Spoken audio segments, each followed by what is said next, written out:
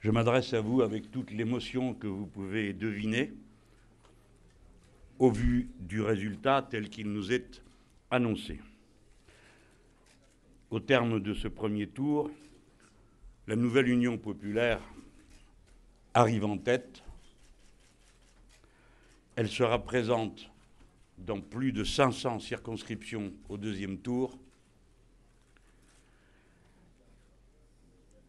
Et dès lors, les projections en sièges à cette heure n'ont à peu près aucun sens, sinon celui de maintenir une illusion.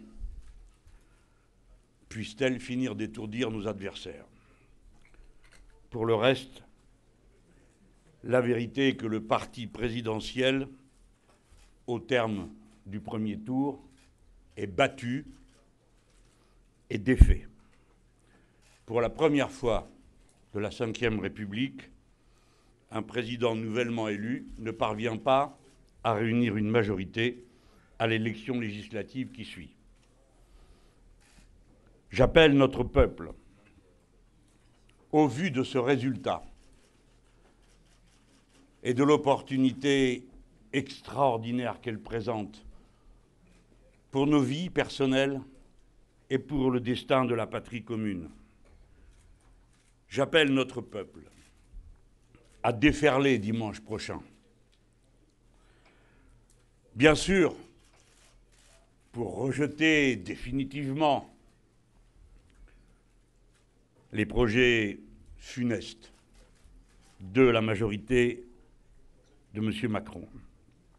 La retraite à 65 ans, le travail forcé pour le RSA et la partie cachée de son programme qui n'a jamais pu être mis en débat, c'est-à-dire les 80 milliards qu'il comptait retirer du budget de l'État pour parvenir au retour des 3% de déficit qu'il avait promis imprudemment à la Commission européenne.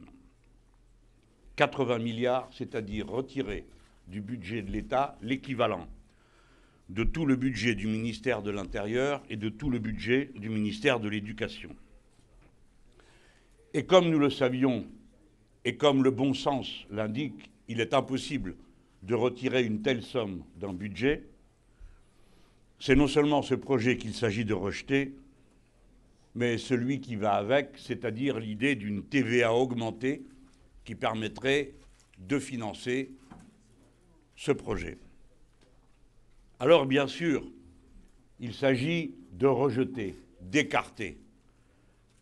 Mais peut-être plus important est le fait qu'en déferlant, en se mobilisant toutes et toutes, et d'abord dans la jeunesse, à qui le futur appartient, et d'abord dans tous les milieux populaires si durement éprouvés par les 30 années de néolibéralisme qui se sont abattus sur lui.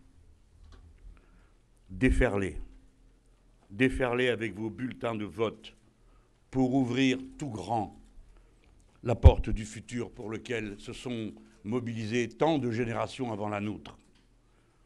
Ce futur d'harmonie entre les êtres humains, débarrassés des dominations sociales, culturelles, de genre. Un futur d'harmonie entre les êtres humains et avec la nature.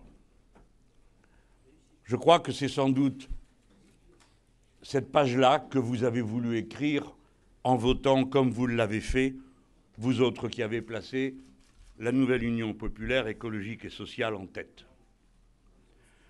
Mais si vous le décidez, alors oui, dans 10 jours, les prix seront bloqués.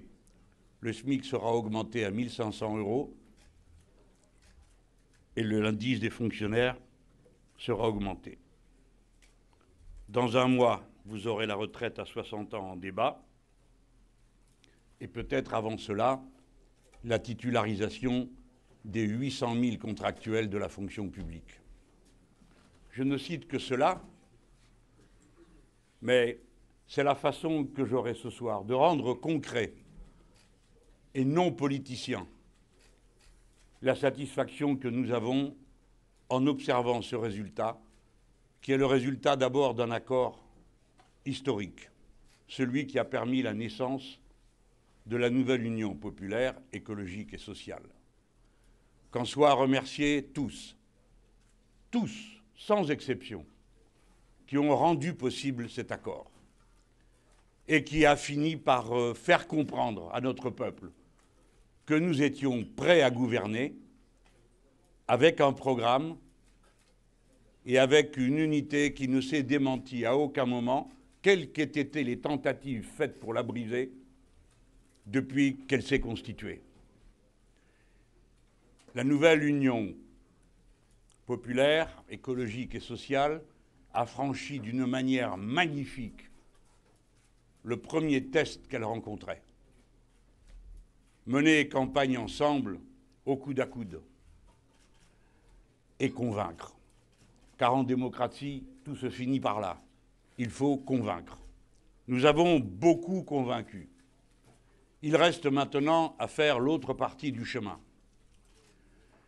Chacun appréciera dans sa circonscription quel est son devoir. En républicain, en démocrate, et saura quoi faire de son bulletin de vote.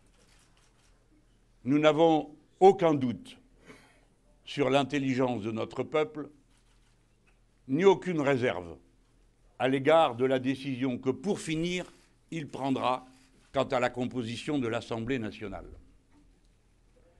C'est pourquoi nous demandons à ceux avec qui nous nous sommes affrontés au premier tour de regarder ce deuxième tour non seulement sous l'angle des projets, non seulement sous l'angle des étiquettes, mais sous celui de l'intérêt général de la patrie et de son peuple.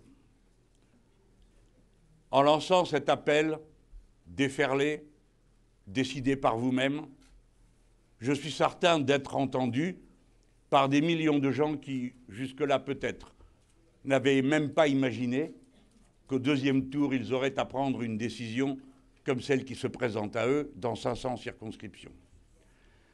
La nouvelle Union populaire, écologique et sociale est fière d'avoir rendu possible son programme. Elle est fière de l'œuvre accomplie. Elle regarde le peuple français avec la tranquillité du travail accompli et d'une perspective radieuse qui se présente à lui. Vive la République, vive la France.